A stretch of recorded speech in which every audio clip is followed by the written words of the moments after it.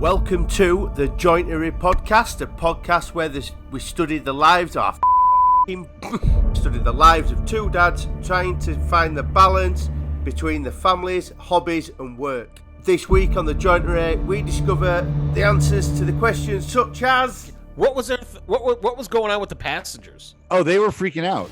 let's search for the meaning of life as it had never been witnessed before. The Jointery podcast. So wait. What? So I was watching your stories, okay? Yeah. But like an idiot, I had the volume off, and you're at Harbor Freight, and you'd message me, and you're like, Harbor Freight. What the hell happened, dude? Oh, okay. So this weekend it was Saturday to Sunday. So Saturday I woke up, decided I wanted to go in my shop and redo basically one corner of it, which is like the original workbench that was in the shop when we first moved in the house. And I just kind of haven't done anything with it because it's like a corner L bench, you know? Yeah. And above it was a pegboard, and the pegboard has right now just random tools, just old wrenches. It's got my chalk line. It's got a couple funnels hanging off of it. My glass cutting tool. Just a bunch of random stuff that I don't need there, you know what I mean? And it's just a wasted space. So I basically wanted to go to Harbor Freight because my buddy Nate over at Creative Grain up north in Northern California, he had these metal cabinets that he got from Harbor Freight, and they're like 4 feet long, couple feet, 2 feet tall, maybe a little bit shorter than that, and then 3 separate cabinets, and they're basically tool hanging cabinets is what it comes down to. Are there shelves in there? I believe so. Yeah. Does it have like a I don't mean to sidetrack you, but does it have like a pegboard system? Yeah, the there? Back has like pegboard, and then I believe there's like a shelf in the middle. So there's like 2 sections. Anyways, it was like $75. I wanted to get it just to put my oils in it, my stuff like that, to get it up off my bench because it's just sitting on the bench all the time. Yeah. So I go to the Harbor Freight next to my house, which is like a 7-minute drive. I go in, I look around, I can't find it anywhere. I ask one of the guys that works there. He, goes and checks the back, and he's like, "Look, I got half of the cabinet." What? Apparently this thing comes in like 2 pieces, and he had half of it. He didn't have the whole cabinet. So I was like, which half did he have? I think he had the outer frame, but not the innards of the cabinet part. I don't know. But so I obviously spent time there looking for it. He couldn't find it. He came and told me what he had. I was like, "Well, do you guys can I order it from you guys?" And he was like, "No, we can't order it." And I was like, "Oh, okay, that seems weird, but okay." So then I went home. I decided I'm going to look around for other Harbor Freights, and I did, and I found some. Called around, nobody locally within like 10 or 15 mile radius of me, or even 20 miles, had one. But I found one in Lake Forest, which is like a 40-minute drive from me. So I drove. So I called them. I talked to the manager. He said, "Yes, I have 2 in stock.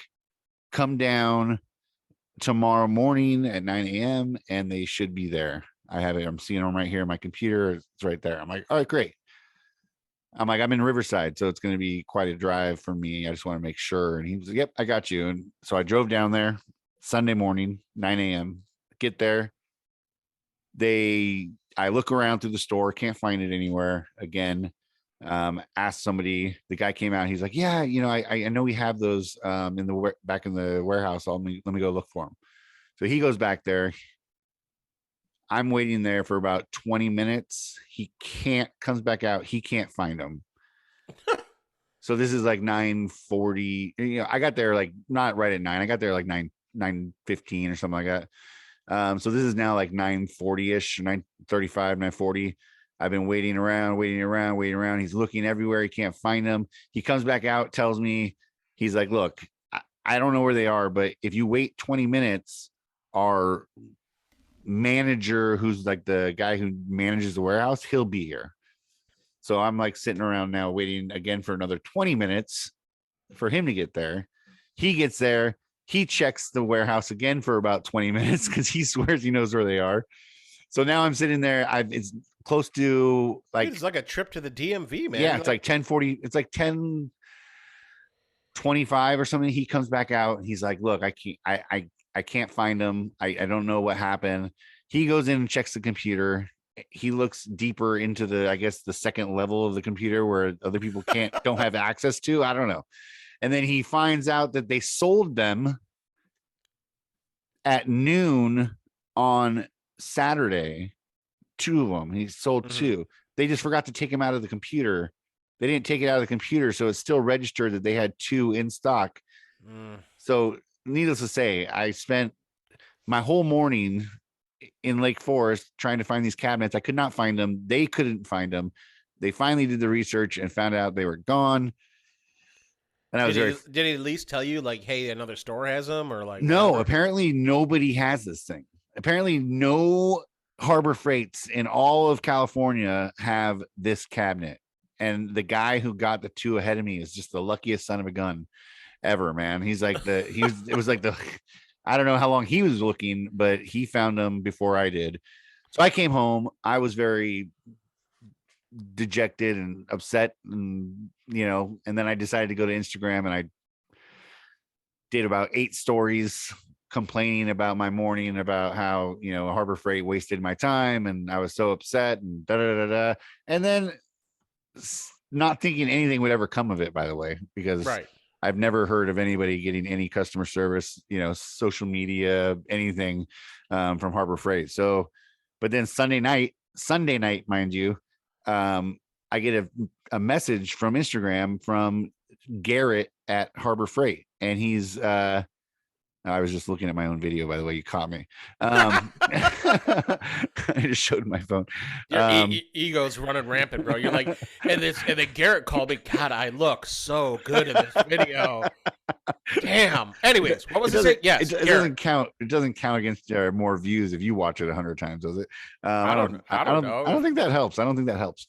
But I got a message from Garrett, the social media guy at Harbor Freight, and he was like, look, this is horrible. I feel bad. And he's doing whatever he can to help me out, which is very surprising. I wasn't expecting anything from Harbor Freight's social media team to come out. And look, they just messaged me right before this thing started. We requested a $25 gift card order under the order, and please allow 10 days for it to arrive. And then they're going to ship one of those cabinets to my Harbor Freight, right?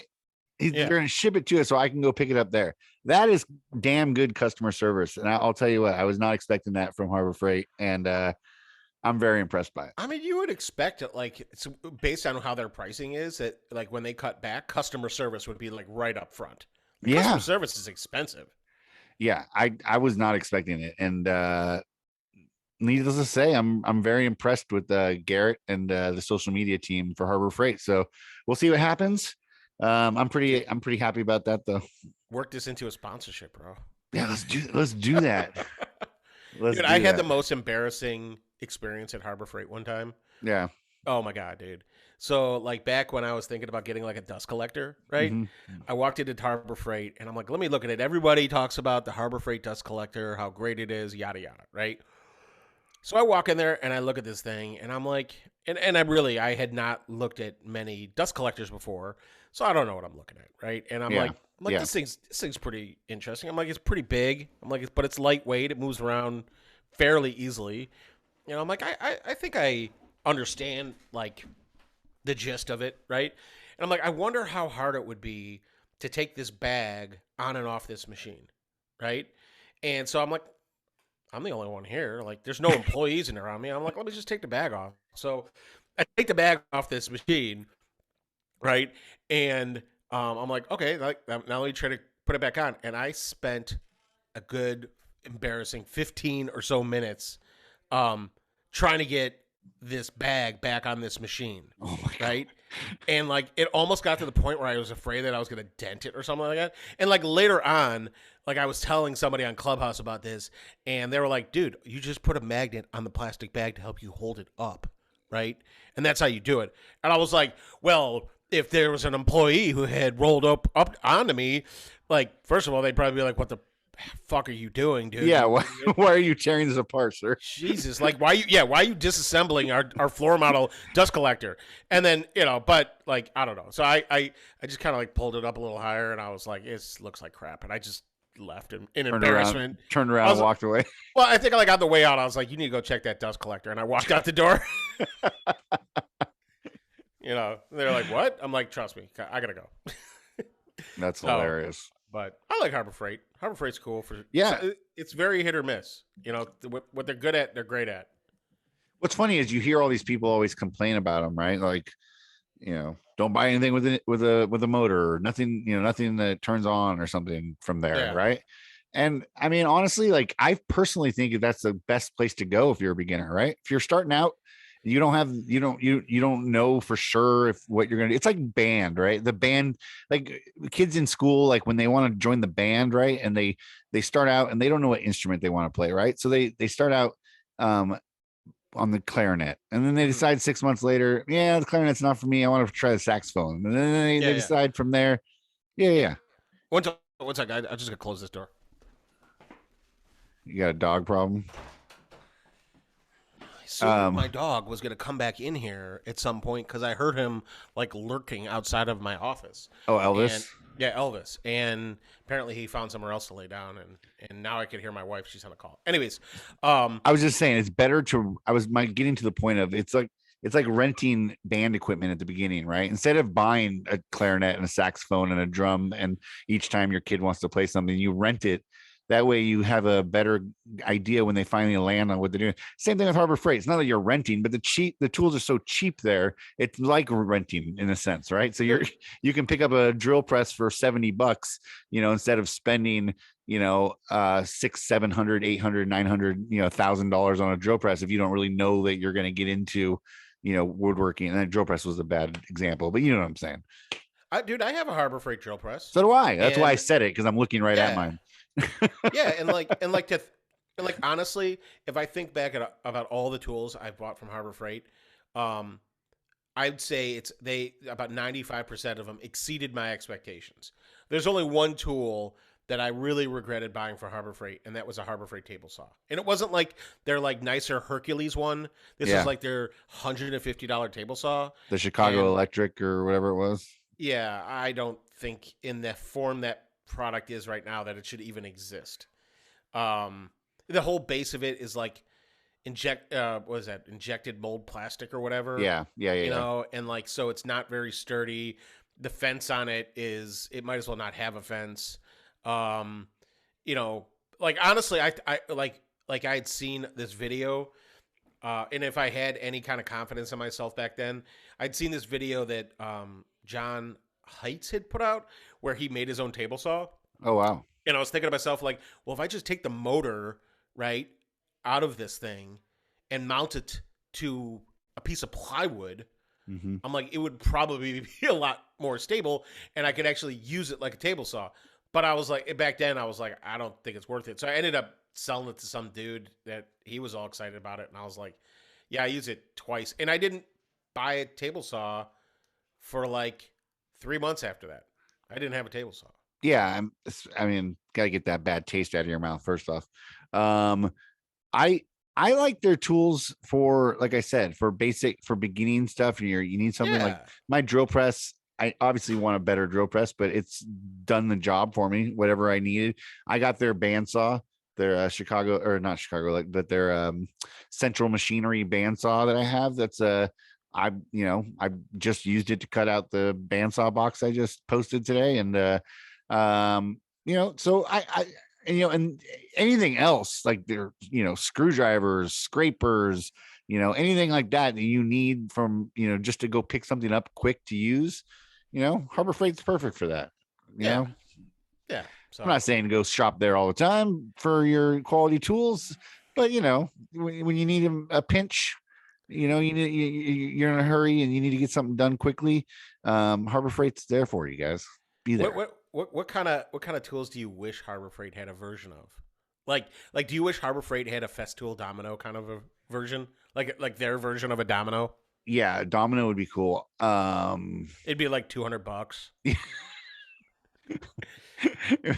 I'd be worried that the quality of the dominoes, the holes would be not the right size. I don't know. Just always worry They'd with be like tools. they'd be like an S shape instead of like a line.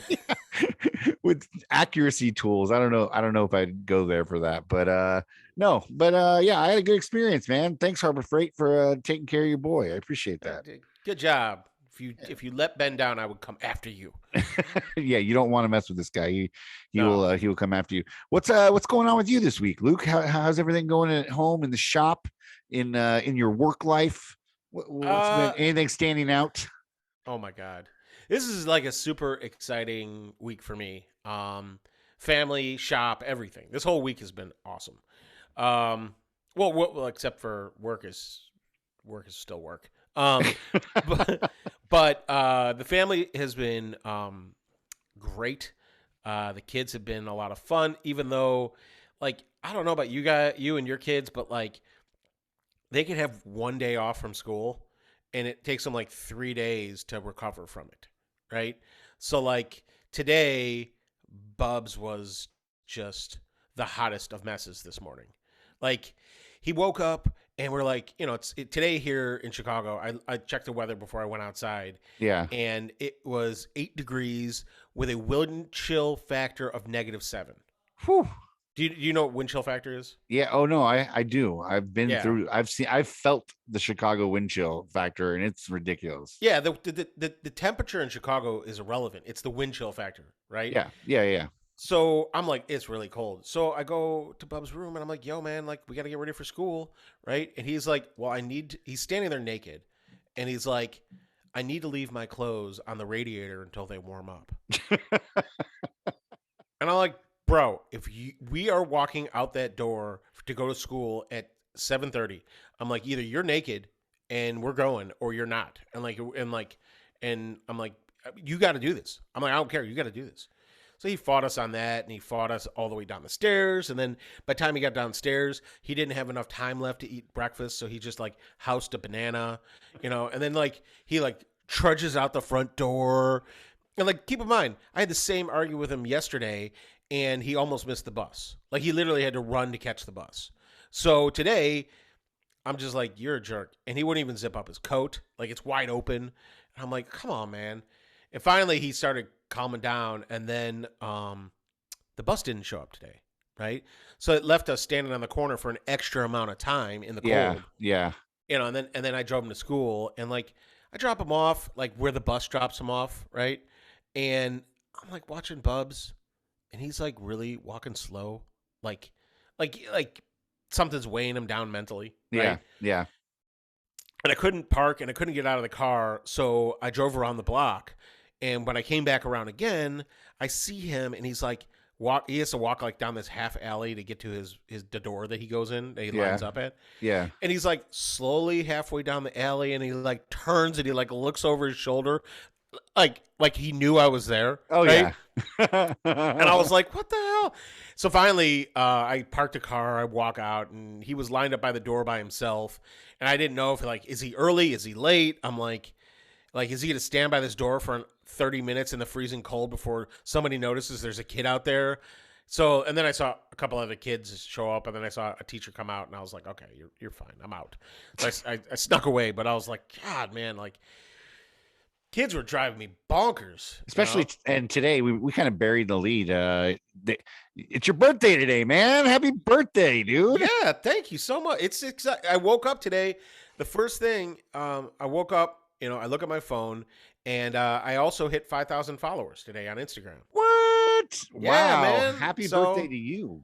Yeah, it's really exciting. I have a few videos that are doing really well. Yeah. I think I found a good formula for my channel.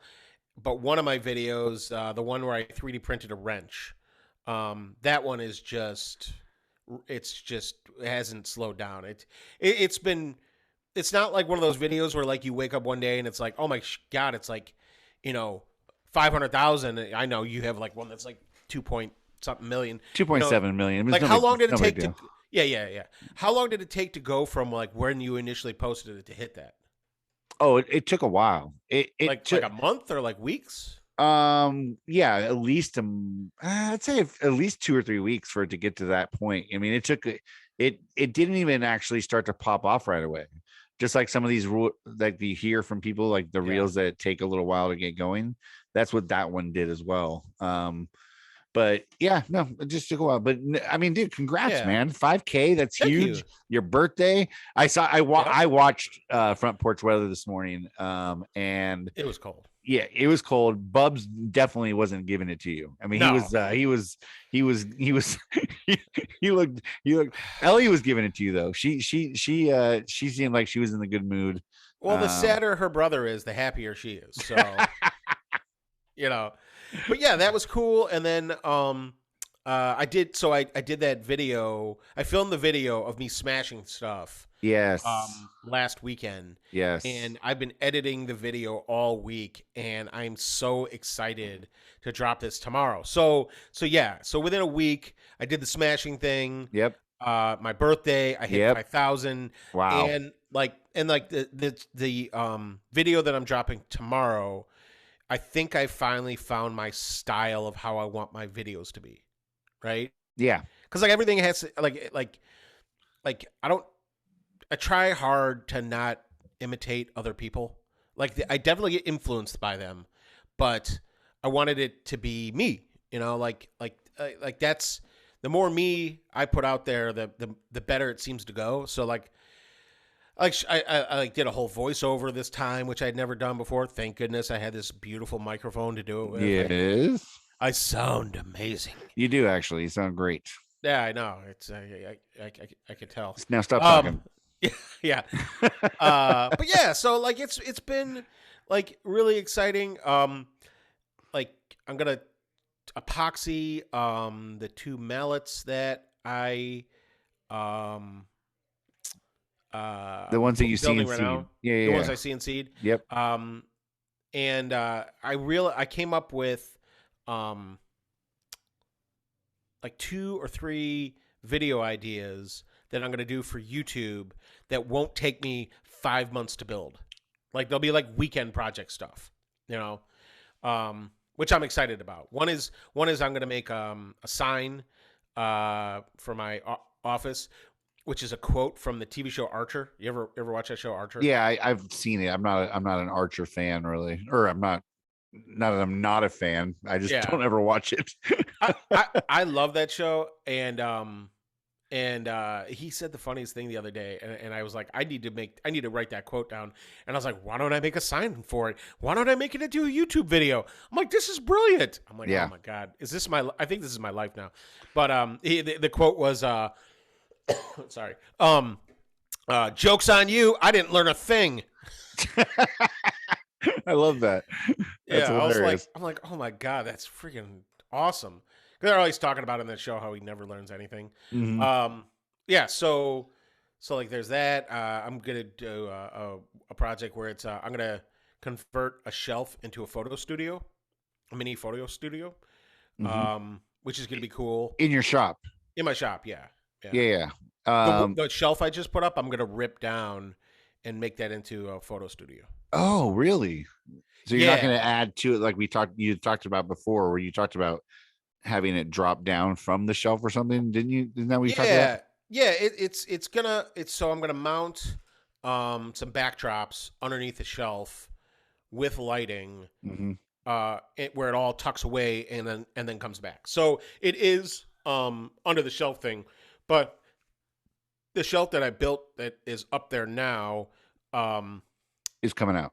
It's got to come right back out because it's not deep enough. So I see what you're saying. Yeah. So I'm gonna make a new shelf, and I don't know. I want to find a better way to display all those mallets I have up there. I think it's a good backdrop for so it's gonna be like a dual purpose backdrop where if I'm doing an Instagram live or something like that, it'll be a cool, interesting backdrop behind me. Yeah. And then also it will be where I take all my photography and it's going to be for any piece that's small, a cutting board or smaller, Yeah. I couldn't I won't be able to take pictures there of a chair or a table, but to be honest with you, like I don't make a lot of that stuff. I was going to Everything- say, when's the last table or chair you made, Luke?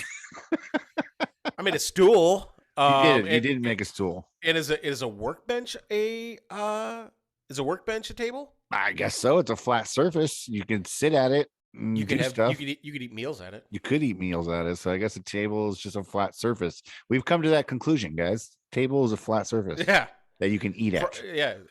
That's what this podcast is about: is solving problems. Like, is it a workbench, a table? Yeah, that's a. I watch TV on it. We're gonna get to a hot dog a sandwich, but that's not for like 2 or 3 seasons from now. So stay tuned for that.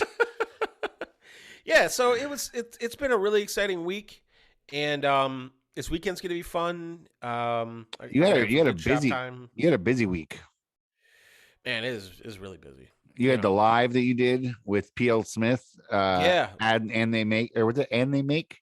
Yep, and they make, which I love those guys, and so I did that as well. I'm sure that I did more, but it's like I didn't even sit down this week. It feels like so. There's something else that's like on the tip of my tongue that I'm trying to think of what I also was interesting this week, but it'll come to me later. If I didn't have so many conversations with you when you are sitting down chilling after our shop time and stuff like that, I would think that you didn't sit at all. Because if I just watched your stories and I just watched your page, I would feel like you were just constantly fluttering around doing things. You know what I mean? Like, because you move around so much in the shop and you're doing things so quickly that but I mean, I have insider information, obviously, but well, I do have a camera in the shop now, and one of the things I was thinking about doing was a time lapse of like, this is what a weekend in the shop looks like. Yes. Right. Just to show how much I'm moving around in there. Yeah, for sure. But this isn't the weekend, I think, for that. Because I don't know. Next weekend might be the weekend for that. So yeah, I want to do it when I start my big project, which is the TIE Fighter table. So like my idea is that I'm gonna have a bunch of like, here's a project you could do in a weekend, right? Or here's projects I did in a weekend, yeah, right? And then I'm gonna have like, and then here's something a little ridiculous, yeah. Because like, dude, that Sledgehammer video, man, I think I've been working on that thing for like since August. That's a long time, but dude, that's the life you're getting into, though. I mean, let's be real. You're getting into that YouTube life, right? That content creator life, and when you get into that life, you're going to spend a lot of time out of your shop doing face to face with that computer of yours, doing editing and stuff like that. That's what. Yeah. That's kind of the trade off. You know what I mean? Do you hear Elvis? I do hear Elvis. He just wants to be a part of the podcast. It's fine. He's saving us from Amazon delivery guys right now, I'm sure. Don't you dare leave that package. I'm like, you son of a bitch. You better fucking leave him alone. I need that package. He's doing okay. Go, Elvis. Look, this is what he lives for. It's a good 30 seconds of straight barking to yell at somebody, but so nah, they all do that. Yeah. If somebody came to my door, dude, it would be ridiculous right now. You would hear nothing but a little arf arf arf arf arf arf arf. He's crazy, my little one. My bigger dog doesn't care. He doesn't bark at people at the door. He doesn't do anything like that. He just literally lays around, chills. He'll bark at people in the back fence. That's his area. Like, he goes in the backyard and goes up on the hill and patrols like it's his kingdom. And he'll bark at people out there, but he could care less if somebody comes to the front door. He just doesn't even care. Which is fun. You want to rob this place? Just go ahead. Yeah, well, I mean, we got her for the front door, and he's covering the back. We're good to go. I think we're pretty much safe. My security system is on the fritz anyway, so that's you should not say that on a. Are you gonna have it fixed before this podcast comes out? I think so. I mean, nobody knows where I live, dude. You give everybody your address for those sticker swaps, man. Everybody knows where you live. Look, if anybody really wants to come steal my stuff, you know what I mean? Like, just remember, you don't know if I'm home or not because I don't have a truck. Just remember that. Wait, isn't it supposed to be delivered today or is it Saturday? So my week, Luke, has not gone the way your week has gone. I'll tell you that much. Ben, I had an amazing week. It was unbelievable. How was your week? Yeah, my week was not that. I've had numerous things go wrong. I just said my security system is down. I'm trying to get a hold of them, but for some reason their online live chat, the hours are from 5:30 p.m. to 7 a.m. Pacific. So I obviously I didn't realize that until today. I woke up this morning thinking everybody else's chat is usually, or their customer service 9 to 5. I'm like, great. I woke up this morning, I came out, I looked up number, I started calling, no response.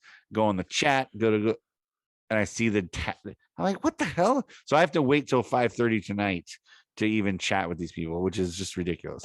So, so that's one thing. We're buying a truck. And so this truck that we're trying to buy, we're going through Carvana. So I don't know if anybody out there has ever used Carvana, but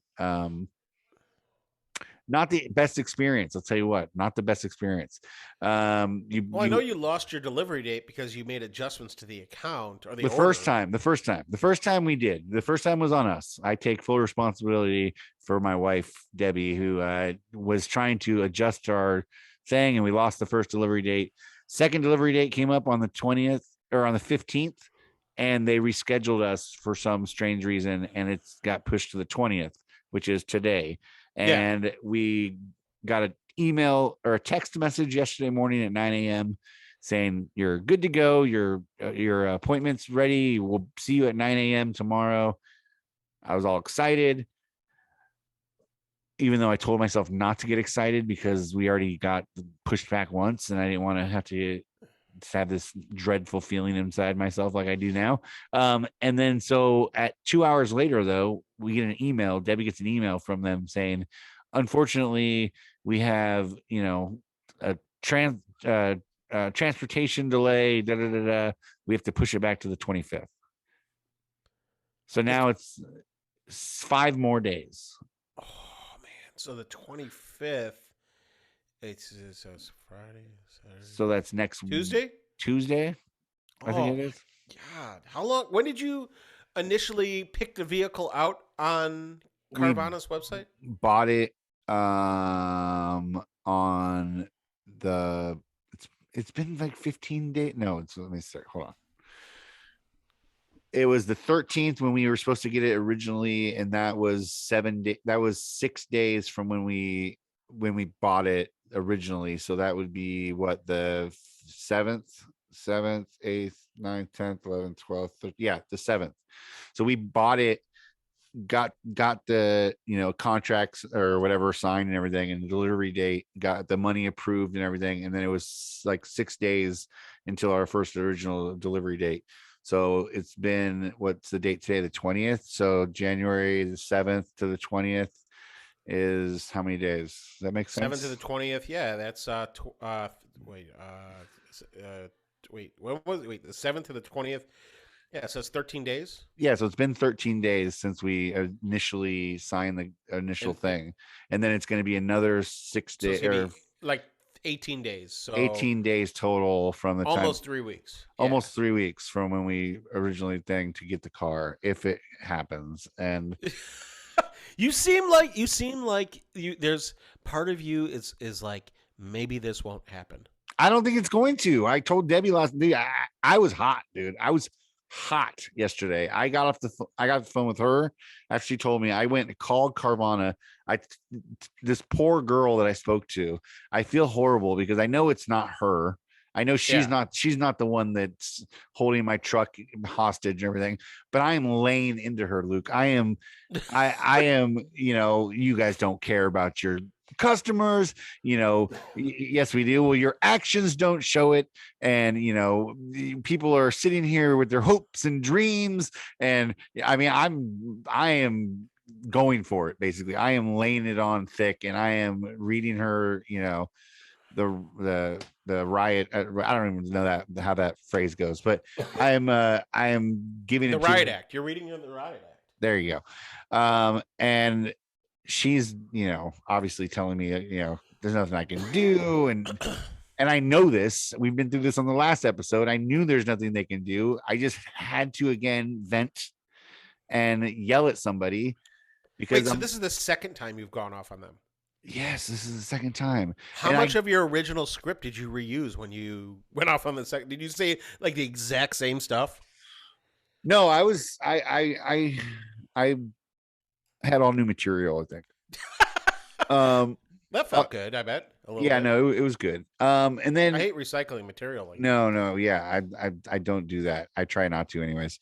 And then I, get on the phone after I get off the phone with them and I'm freaking furious. I get back on the phone with Debbie and, and I'm at that point, I'm like, let's just cancel this thing and go to a dealership tonight, and buy a truck because, I can't deal with this anymore.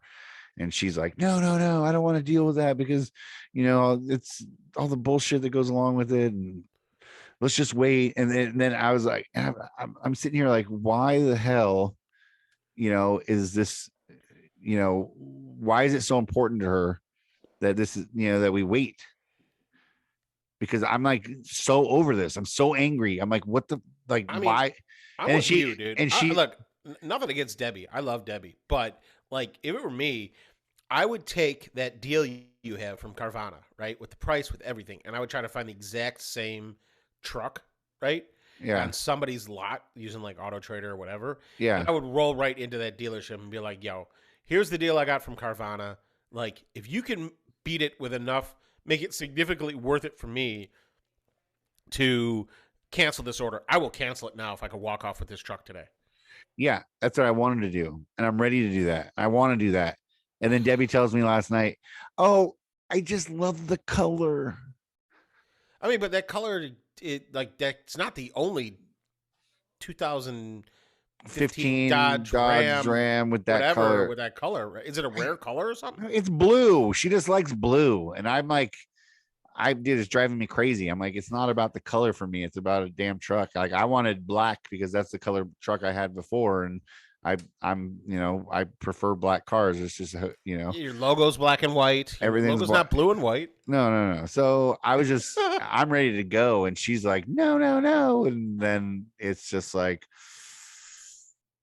anyway, so that's, yeah. So no truck today. I was hoping to be driving around in my new thing today on Luke's birthday and just didn't happen. Just not happening. Wow. So needless to say, that was frustrating. I did have some good things happen this week, though. I made my first bandsaw box, which was awesome. I had fun. It was cool. I like that. I had fun making that. Have never made one of those before, so that was a lot of fun. And then I did make I cleaned out the opposite side of the shop that I was talking about earlier that has the L-shaped bench on it.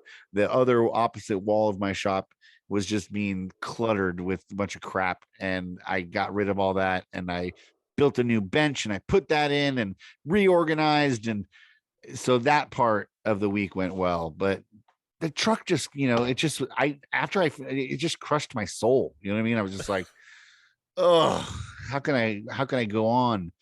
But is not having a truck limited you much in what you do on a day to day? Not right. I mean, not necessarily at this point. I haven't been working my other gig that often right now, which is the sound gig, which I carry a lot of equipment and stuff like that when I do those things. So I haven't needed it necessarily. But I will need it. When I need to go buy some wood, I'm going to need it. I'm going to need it to, move things around in the backyard. I mean, right now, currently in this last month, I haven't been needing it as much, but I will. And the truck is a truck and I love having a truck, and, but I have a gig coming up in February for Super Bowl where I'm going to be gone I'm going to be working for 11 days straight. And obviously when that happens, we will need 2 vehicles because Debbie works full time and I will also need the vehicle to go to LA. So we're on a time deadline. So if this whole thing gets if they try and push back the delivery of this truck again, then our hands are going to be tied, and we're going to have to go a different route because I can't wait, past the beginning of February. So Yeah. that's just where we're at. I'll be honest, dude. We only have the one car, and I can't imagine having a second vehicle. You can't imagine having a second vehicle? Like, you don't know what you would do with it, or you don't know, like, I feel like I'd be paying for it, and it would be sitting there doing nothing. Well, yeah. I mean, your wife works from home, though, right? Yeah, she works from home, but like your wife works like 5 minutes away from you, right? She does, but I work in LA. So, and if you know my wife, there's no way in hell she's like gonna walk to work or anything like that. I mean, you're crazy. So she needs a vehicle, and I also need a vehicle. You know what I mean? Like, I have the kids all day. I have to run and get them from school and whatnot, and then yeah, I drive. And plus, this is LA, this is Orange County, or not. It's not LA or Orange County, actually. It's where I live is Riverside, but this area, everything's so spread out and wide, spread so far away from everything. You have to drive everywhere. You know what I mean? You can't just walk. You can't walk anywhere. You can't, I could I think Uber. that's definitely something spoiled her. Yeah, and that's so back when my wife was in the office every day, and I was driving to the office every day. We still only had one vehicle. Like honestly, when we started dating, I think we dated for like 8 months, and she sold her car, and we've not had two vehicles since then. That's crazy. And, yeah, and like I would drive her to work, and then like she would Uber home most days. And it's like even with kids and jobs and everything, like we just live with the one car, and now it's like, like if I need an extra vehicle for some weird reason, I will either try to borrow somebody's car or rent something. Because there's never a time when you guys are both needing to do something at the same time. It's very rare. That's crazy. And like, fortunately for me, if there is, my father-in-law has been accumulating a fleet of mid-90s vehicles to mid-90s to early 2000s vehicles. So he has like 5 vehicles that he was like 4 or 5. I don't know. Nobody really knows how many cars he has because he hides them on like city streets in places.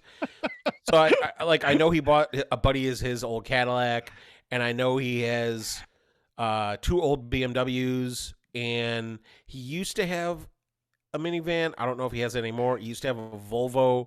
Does he run a spy network or something? Are they drop cars? I don't get it. Why does he need so many vehicles?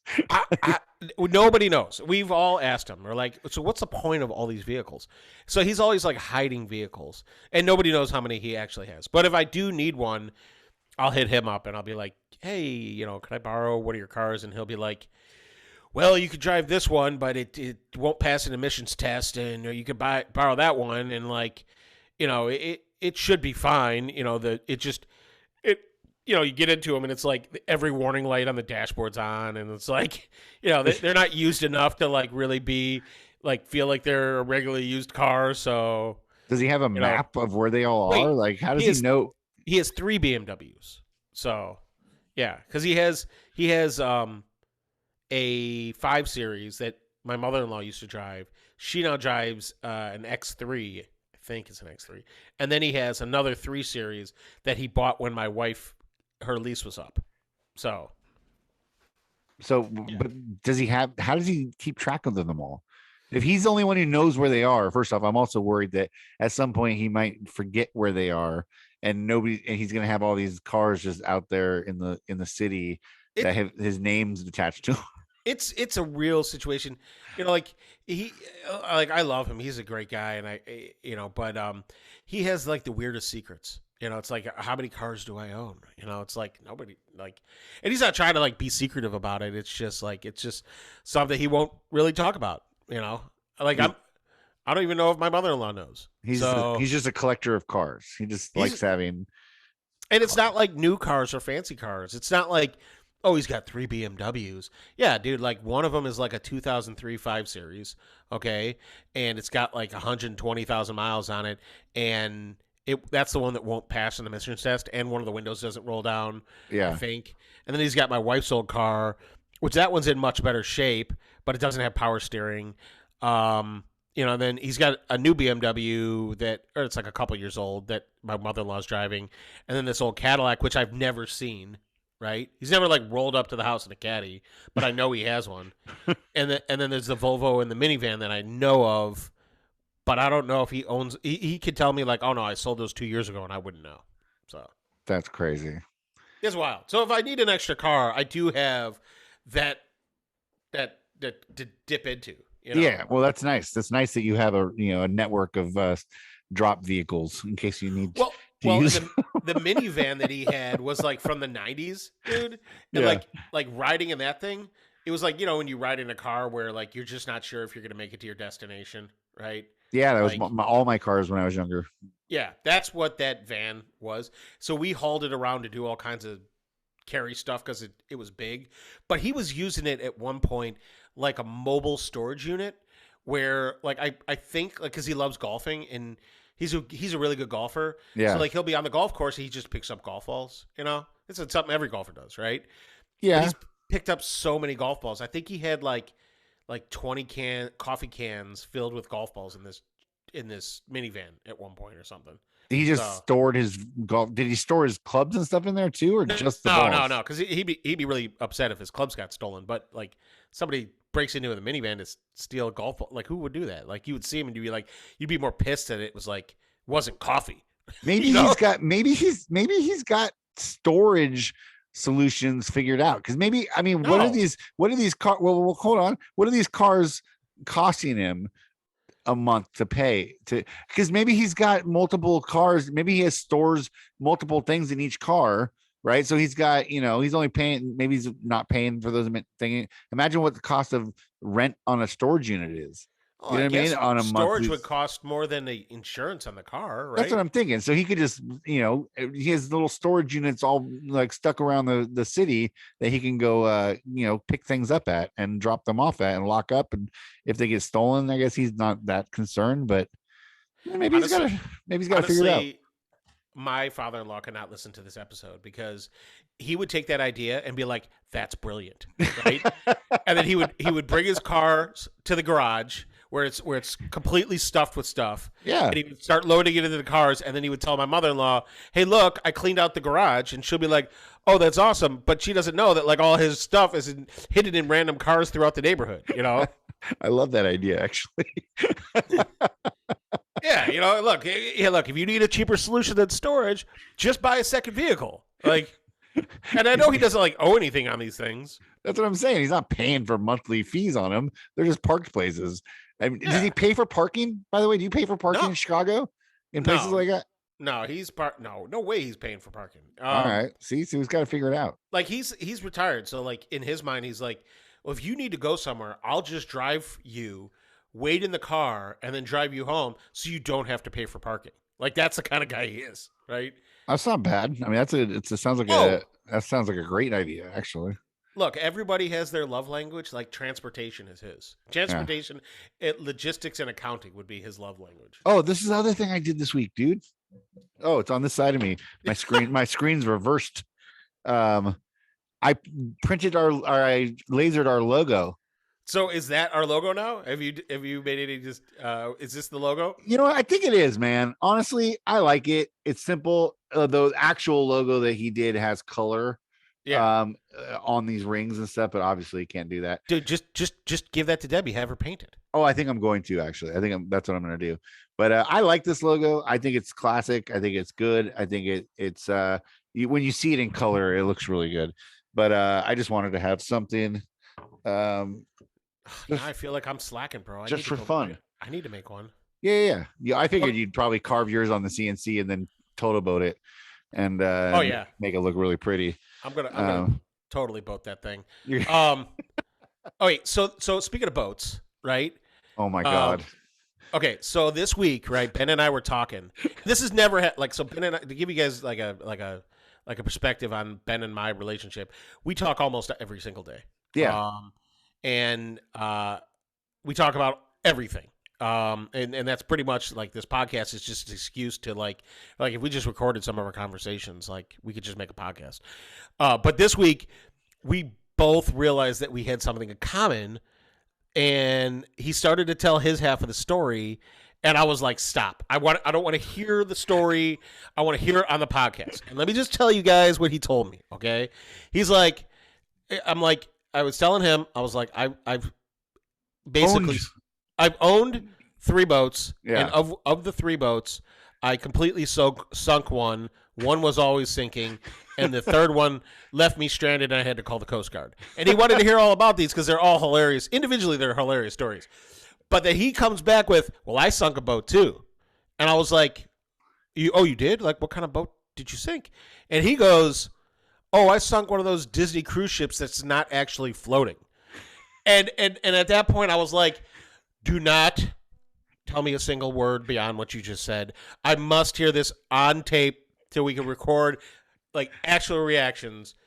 Because I completely forgot when you told me this that at one point you worked at Disney World or Land or whatever one's in California. Disneyland. So in California. Okay, Yeah. So Ben, tell me about your experience working at Disneyland with the boat. I don't even remember what ride it was on.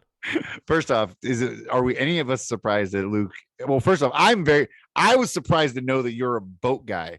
And I don't know why, but in my head I was like, I don't think when I think of the middle of the country, I don't think of water, obviously, but then Chicago is right next to one of the biggest lakes in the world, obviously. Yeah. In Lake Michigan. So, but I obviously didn't. I don't know, boats and Luke and boats didn't. I just would never have clicked that together. Oh, I'm a boat guy, bro. Oh yeah, definitely.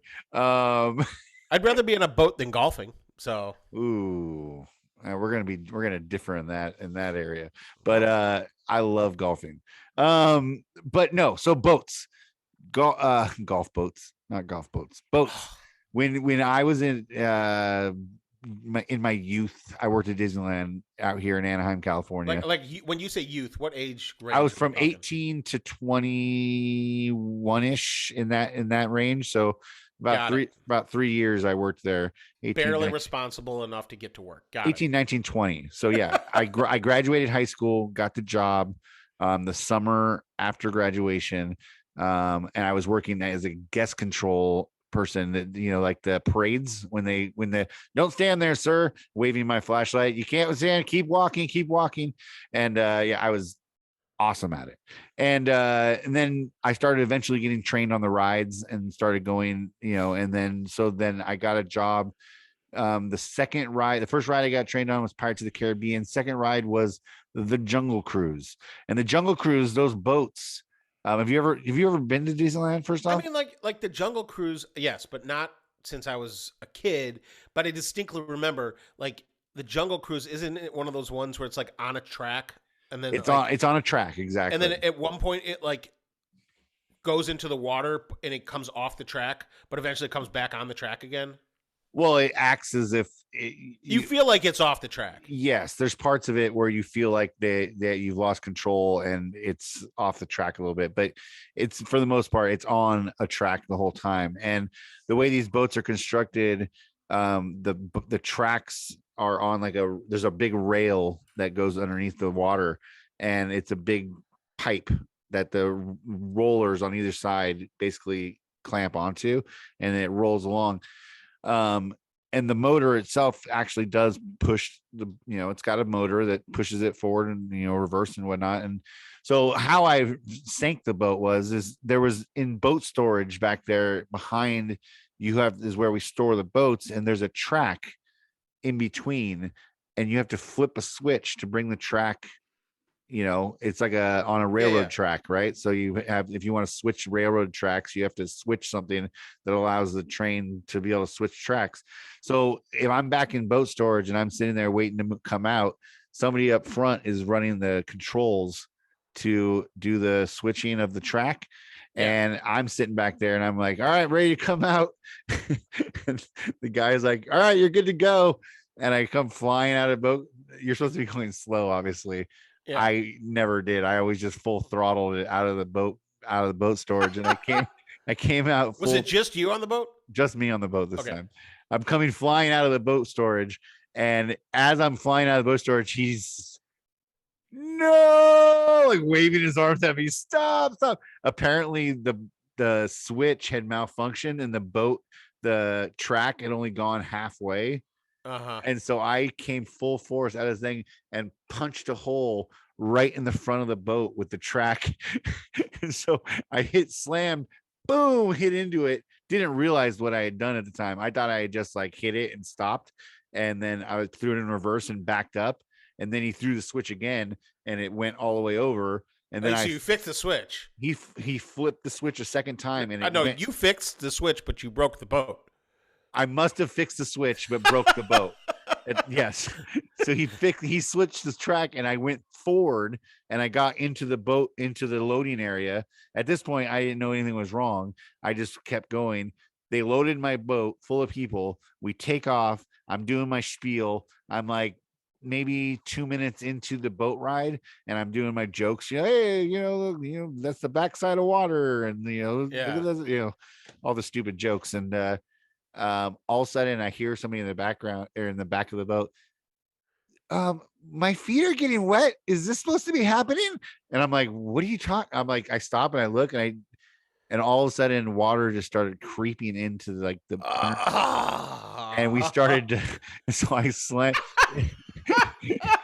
we have guns, we have cap guns that we shoot at the hippos, right? Yeah. And so when you are in trouble on the boat, right, you shoot 6 shots and it allows everybody in the ride to realize that there's a boat having boat issues, boat distress.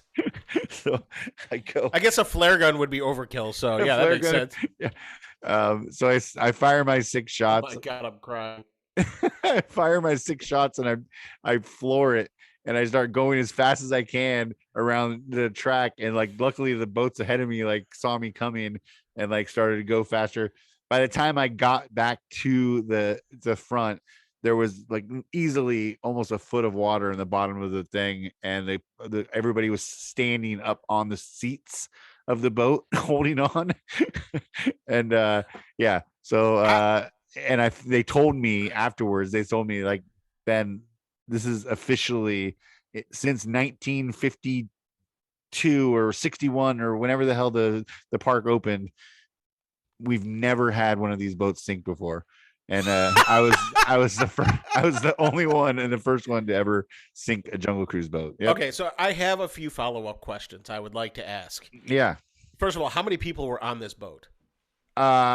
Easily I'd say about 12 on each side, so over 20 people were on the boat. So what was their reaction when when they saw your face? You see the water, right? You pop off the 6 shots, then you turn around and you gun it, right? And water's coming in the boat. Like, what was what was going on with the passengers? Oh, they were freaking out. There was numerous people screaming like, "We're getting wet!" Like girls are. Dude, if this happened now, you would be internet famous. Oh, dude, for sure, bro. This was 1990. This was 96, I believe. 95. Oh my God. No, wait, this was 95. Yeah, summer. No, see, this is like 96. So summer of 96. So yeah, pre-Instagram, pre-everything. Yeah, I would have definitely been on the news. I would have been on Instagram. I would have been everywhere. So what happened to your job after that? Did they let you keep operating the boats, or they were like, "Hey, we got something more your speed. Here's a broom." No. Luckily, I didn't get fired. But I have a friend, my buddy Jeff, who actually sank the keel boat at Disneyland, and that's a whole different. That is an actual boat that drives around the river, no tracks, no nothing. He actually tipped it with 40 guests on it. They all landed. Oh my God! They landed in the water, and he actually did get fired for that. And you can look that up online. You can Google it. There's been stories written about it and everything like that. Are you still friends with that guy? Oh yeah, he's one of my good friends.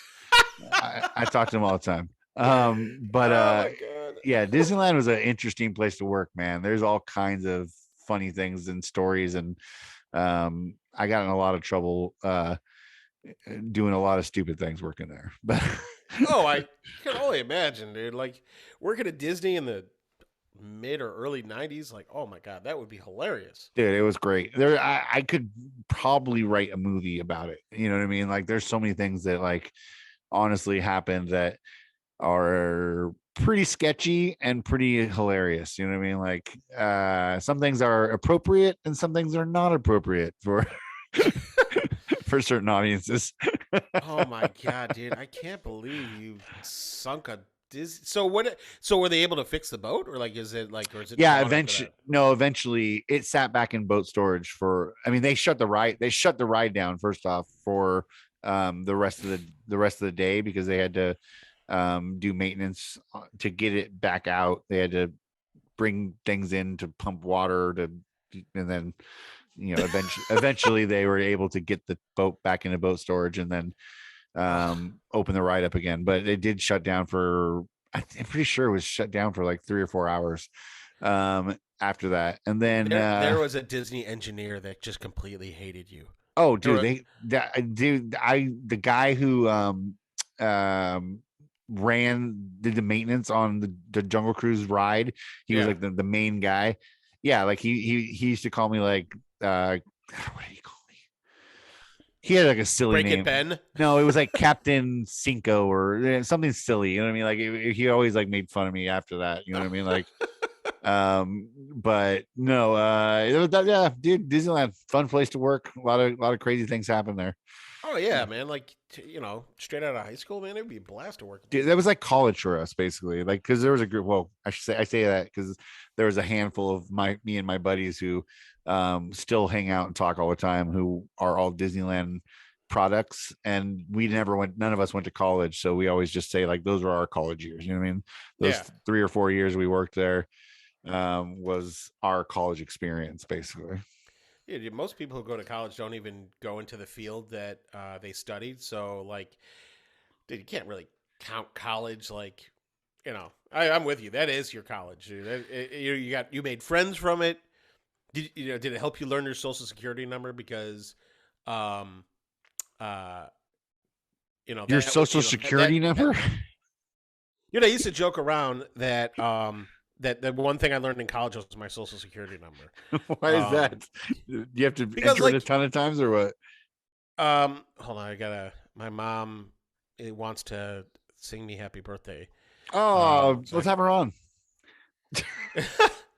Dude, I wouldn't even know how to begin to convince my mom how to get on the Zoom and do this. She's techno savvy, but like, oh man.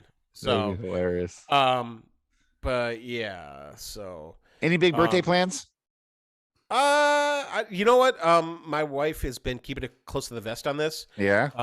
She seems to have planned more than she had in the past. I know I'm going to dinner, and I know there's something else happening on Saturday.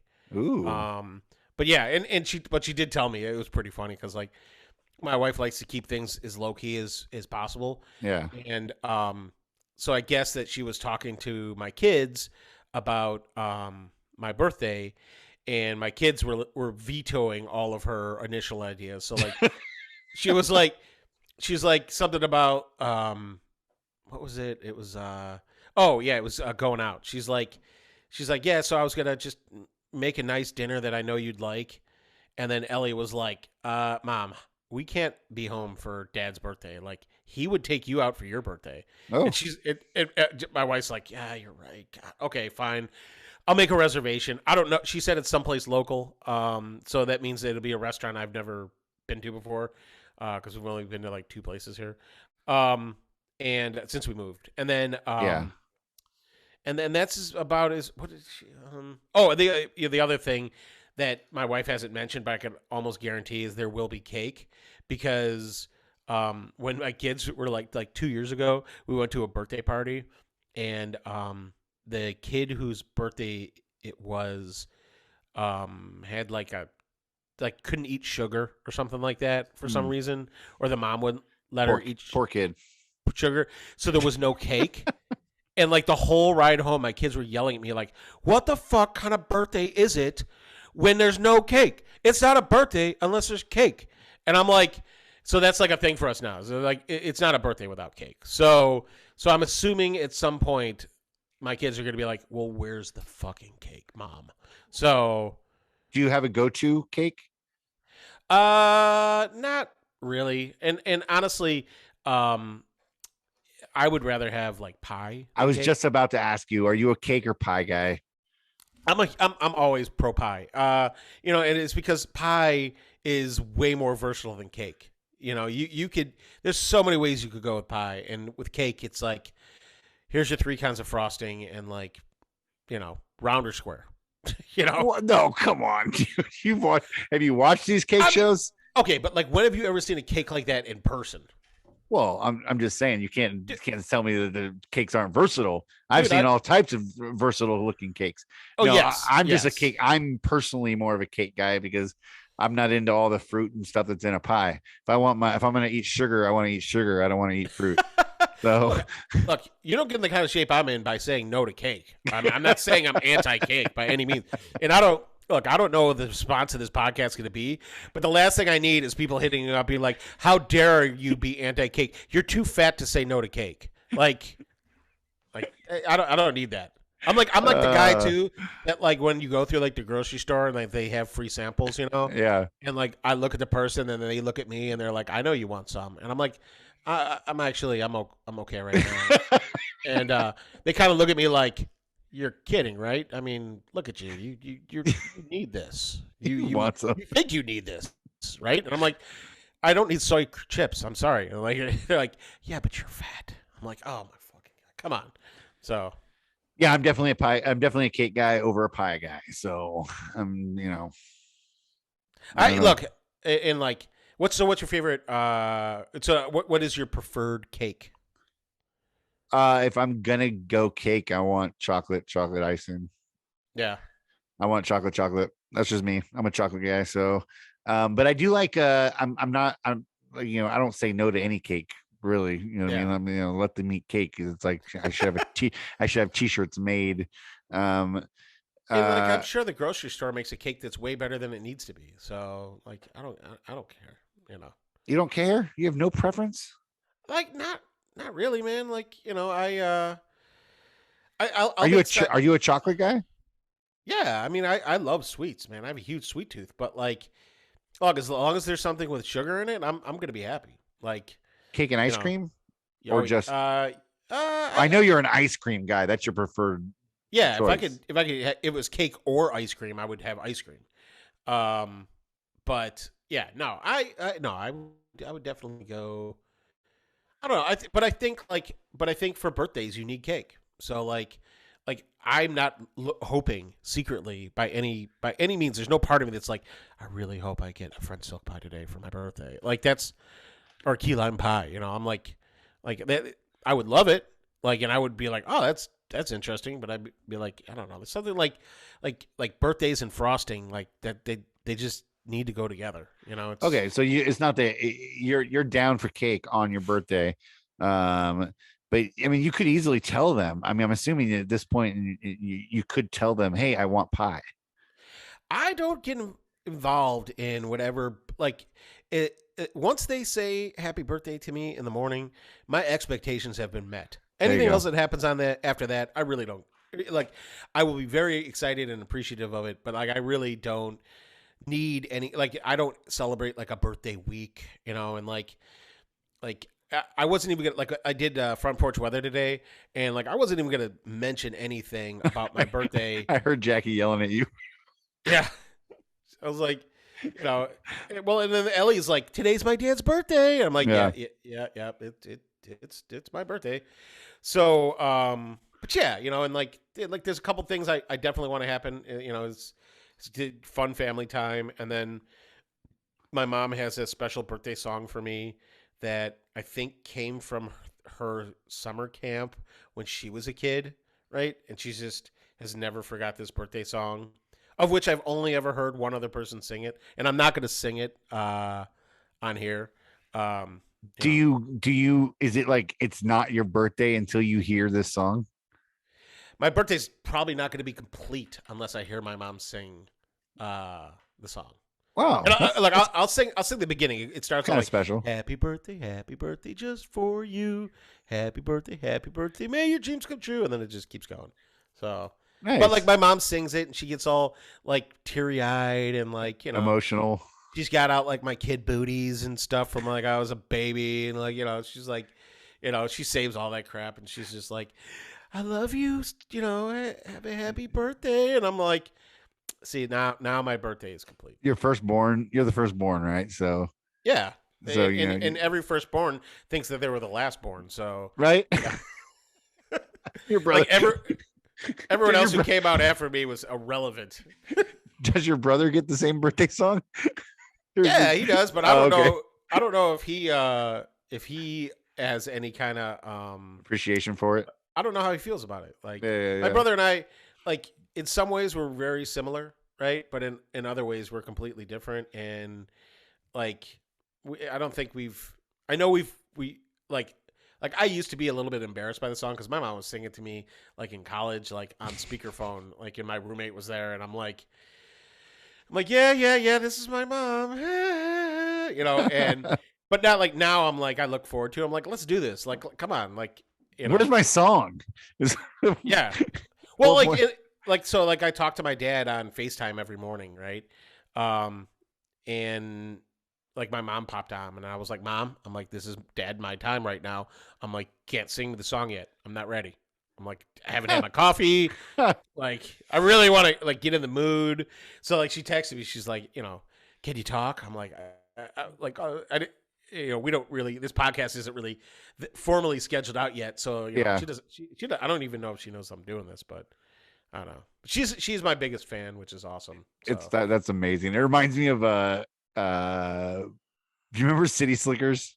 Yeah, of course. Do you remember the beginning when the very, very beginning of the movie, he's lying in bed with his wife, the phone rings and it's his mom. Oh.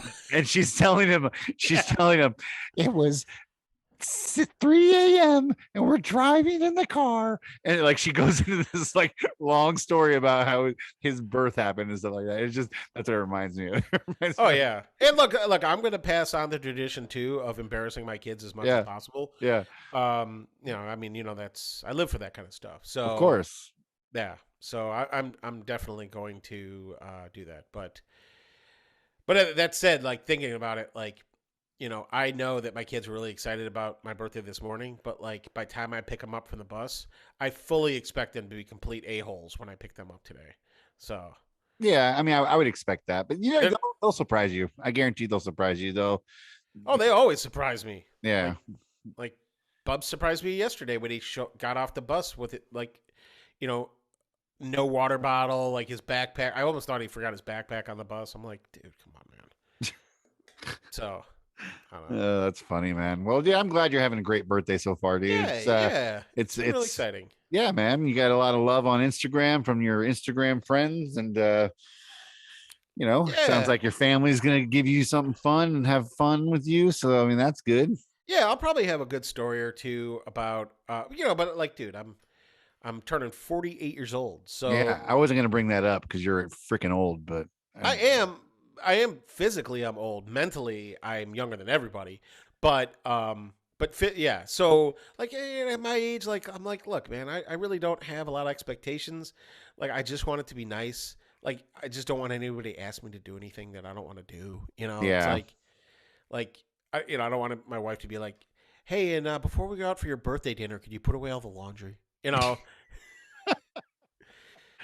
Which, by the way, I will put away the laundry. I just don't want her to have to tell me that. Exactly. No, yeah, you don't want to have to. You don't want anybody to ask you to do anything other than enjoy yourself on your birthday. You know what I mean? Yeah. And I see other people, they get really into it, and they're like, it's my birthday, so we need to celebrate me forever. And I'm like, cool. Yeah. Well, I mean, I wasn't going to let it go, obviously. Very far into this podcast without bringing it up. And also, I woke up this morning thinking, I remembered, and I told you on the phone call this morning that 7 something that we have daily, Which is funny because I always forget that. I mean, I don't forget, but it's just like you're up like a couple hours ahead of me. So like your day is already like getting going before I even wake up. So, And I do appreciate it. So Ben, you did send me you and the kids singing me happy birthday, which is really cute. yeah, that was nice. But it reminded me that the 20th of January is not only your birthday, it's also Obama Day, which was the day that Obama was brought into office in his first term. It's also my engage-iversary. So yeah. So that's how I'll always remember your birthday from now on, because Is it your engage-iversary? it's our engage-iversary. So it happened on that day. It was actually the day. I do propose on. I was such a big Obama fan. I was just like, this is the day. Wait, no, dude. You've been married. Haven't you been married like 13 years? No. I've been 2009. Okay, so yeah, Obama was in office. Yeah. So, all right, well, that's cool. Yes, sir. That was the day. Anyways, man. This day is also the day that presidents get inaugurated. So yeah. And every 7 years, it's also Martin Luther King Day. Wow. So, man, there's something always going on my birthday, dude. You're just a special guy, dude. Special guy on a special day. Special bus kind of guy. So I do appreciate it though. Like most of the people who are like happy birthday, they posted things on Instagram like happy birthday to this complete lunatic, or happy birthday to this goober, or happy birthday to this madman. I'm like, that's about right. Yeah, that was exactly my post. Happy birthday to this complete lunatic. I'm pretty sure that's exactly what mine said. Because you are, but that's what we love about you, man. I appreciate that. Look, I would have it no other way. Look, like honestly, if somebody was telling me I had to be, straight all the time and not joke around and, whatever, I would be really uncomfortable. Yeah, no, for sure. What's going on? What's coming up this week for you? Anything big coming up that you got going on in the shop or outside the shop? Anything coming up that you need to fill everybody in about? Yeah, I got a couple more. I got my pipeline. So I've limited myself to, I don't know if I said this last week, to 3 active projects at a time. Yep. So now that the sledgehammer is done, yes. Finally, I'm gonna. What is going into the sledgehammer slot is my TIE Fighter table. Yes. And then I have these cutting boards that I'm going to finish this weekend. And what's going into that one is a box that I'm making for a friend of mine. The reclaimed wood. The reclaimed wood box. Yep. And then the last one is these mallets I'm doing. And that I guess I have more than 3 projects. I have a 4th project. So, well, I'm gonna build this mini photo studio. Yeah. Which is gonna be super cool. But the mallet thing is interesting. So these mallets that I made, right? That these pattern plywood mallets with the rainbow core. Yeah. Like I made them again because Mike Alm had said he was like, I would like one, and in my head, Mike Alm is like woodworking hero. So I'm like, I'd be honored to make you one. You kidding me? He was like, I'll even buy it. I don't even know if he was serious about that. But I that's what started this one. But when I made it, I was like, well, let me dial in the process a little bit, right? And the things that I did differently this time made it so much more exciting to me that I decided, I'm like, you know what? Like, let me see how far I could take the process of making these to make it easier. So I had this idea for a clamping jig to make pattern plywood with, that I'm going to try to make and see how it does. And also my other goal is I want to make it where there's almost no extra wood, right? So like this time I had a lot of extra wasted space, and I used a ton of wood to make it. So I want to see if I can make it where it's the perfect size. Like the goal with this idea is that can I make it where I cut up the perfect amount of pattern plywood, pour the perfect amount of epoxy, and make the assembly process easier. There's one part of the assembly process right now that I don't love, and it's the epoxying the two halves together. Oh yeah. It's tricky to line them up because they're sliding around. They're not. You can't really clamp them because they're round. You can, but it's like if it slides a little bit, like these things are toast, and like I already have a lot of time into them. So like, but I have an idea for the next version, where I want to make alignment pins to put the two halves together. Oh yeah. But I'm going to try to make them out of epoxy.